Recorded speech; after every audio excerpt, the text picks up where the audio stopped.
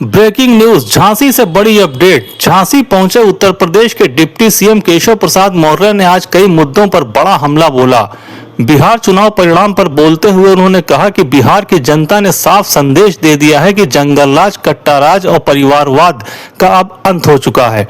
Deputy CM ने सपा और विपक्ष पर निशाना साधते हुए कहा कि बूथ लूट कर देश और प्रदेश को लूटना अब संभव नहीं और यूपी में बीजेपी को रोकना अखिलेश यादव के बस की बात नहीं, क्योंकि अब वह राहुल गांधी के रास्ते पर चल पड़े हैं। दिल्ली ब्लास्ट में डॉक्टरों के शामिल होने की खबर पर उन्होंने चिंता जताई और कहा कि पढ़े लिखे लोगों का शामिल होना बहुत गंभीर बात है, लेकिन उनका भी वही हशर होगा जो देश के दुश्मनों का होता है। लालू परिवार में मचे राजनीतिक घमासान पर भी केशव मौर्य ने टिप्पणी की और कहा यह परिवारवाद के अंत की शुरुआत है।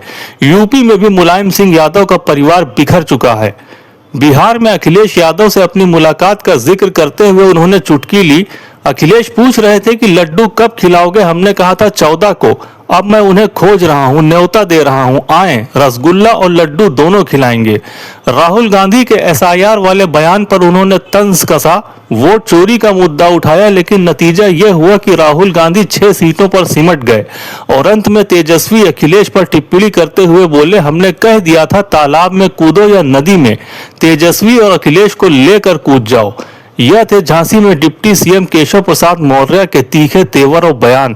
Prime time news. चुनने की जगह जिसके लिए पढ़ाई की वो काम करते, लेकिन अगर आतंकवादी बनने की कोशिश कोई पढ़ लिख करके भी करेगा तो उसका भी वही हश्र होगा जो बाकी का हो रहा है। बिहार में, लेकिन लालू का परिवार भी बिखर गया पूरी तरह से। देखिए, परिवारवाद की राजनीति के अंत की ये शुरुआत है और वो पहले उत्तर प्रदेश में भी एक तरह से ये श्री मुलायम सिंह यादव जी का भी परिवार बिखरा ही है, वहाँ लालू प्रसाद यादव जी का परिवार बिखर रहा है और बाकी परिवारवादी राजनीति करने वालों के परिवार भी बिखरेंगे। लेकिन ये पारिवारिक समस्या है, वह हमारी राजनीति की समस्या नहीं है, लेकिन हम देश के हित में, प्रदेशों के हित में अच्छा काम कर रहे हैं माननीय प्रधानमंत्री श्री नरेंद्र मोदी जी के नेतृत्व और मार्गदर्शन में, और आगे करेंगे। एक सवाल क्या, अखिलेश जी आपसे मिले थे बिहार में, बहुत रहे थे उस समय से, कुछ पहले से आप हाथ मिला रिजल्ट बता दिए थे क्या? नहीं, वो हमसे पूछ रहे थे लड्डू कब खिला रहे हो, मैंने कहा 14 नवंबर को रिजल्ट आएगा, उस दिन खिला देंगे। फिर मैं उनको खोजता रहा, 14 नवंबर को मिले ही नहीं, तो लड्डू खिलाने का मौका नहीं मिला। तो क्या जाएंगे लड्डू खिलाने? मैं नहीं जाऊंगा, उनको आमंत्रित कर रहा हूं, आप लोगों के माध्यम से आवे, उनको लड्डू खिलाएंगे, रसगुल्ला खिलाएंगे, क्योंकि विजय यात्रा जो शुरू हुई है 2024 लोकसभा चुनाव के बाद भी, मैंने कहा हम लोग हरियाणा, महाराष्ट्र, दिल्ली प्रदेश और अब बिहार जीते हैं, तीसरी बार प्रचंड बहुमत से उत्तर प्रदेश जीतेंगे और 2027 का जो विधानसभा चुनाव होगा उसमें 2017 का रिजल्ट दोहराएंगे। ऐसी जनता की कृपा हमारे सब पार्टी के ऊपर भी बनी हुई है, हमारे नेतृत्व के ऊपर बनी हुई है, हमारे कार्यों के ऊपर बनी हुई है।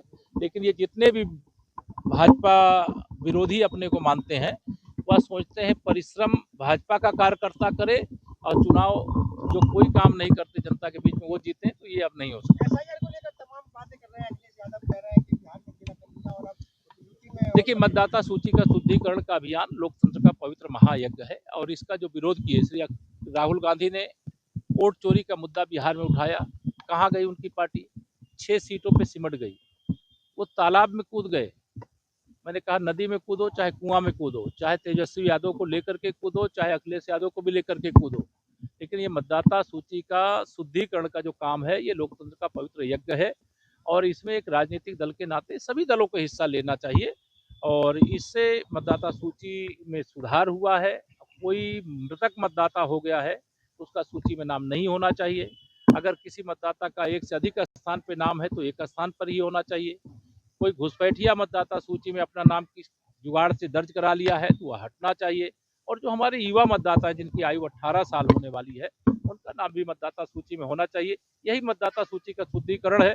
जब शुद्धिकरण का अभियान चलता है, ये कांग्रेसी हो, सपाई हो, रजत वाले हो, टीएमसी वाले हो, कहीं हम हिस्सा नहीं लेंगे और जब शुद्धिकरण का काम हो जाएगा तो उस पर आरोप लगाएंगे।